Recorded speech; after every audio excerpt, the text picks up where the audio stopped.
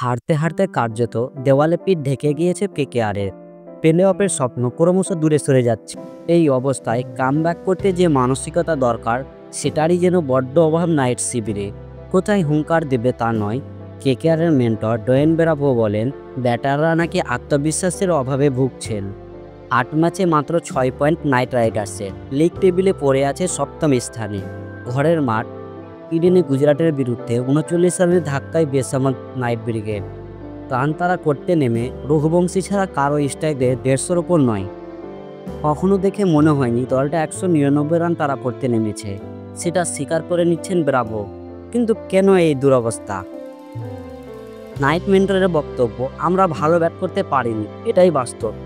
রাসেল শুধু একা সমস্যায় পড়েনি, আমাদের এখন মানসিকভাবে একাগ্র হতে হবে। কিন্তু আইপিএল এমন একটা টুর্নামেন্ট যেখানে শুরুটা ভালো না হলে আত্মবিশ্বাসে ভাটা পড়ে। আমাদের ক্ষেত্রে সেটাই ঘটছে। ব্যাটারদের সমালোচনা করলেও বোলারদের প্রশংসা করেছেন ব্রাভো। তার মতে বোলারদের নিয়ে কোনো অভিযোগ নেই। আমার মতে বোলাররা ভালো খেলছে, খুবই উন্নতি করছে, কিন্তু মিডল অর্ডারে আমরা ভালো ব্যাট করতে পারছি না, সেটা ঠিক করতে হবে।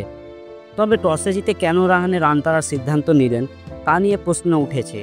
যদি ব্যাটিংয়ে আত্মবিশ্বাসের অভাব এবং বোলিংয়ে ভালো হয় তাহলে বল নেওয়াই তো উচিত ছিল, এরকম মনে করছেন অনেকে। দর্শক, এখন এই পর্যন্ত।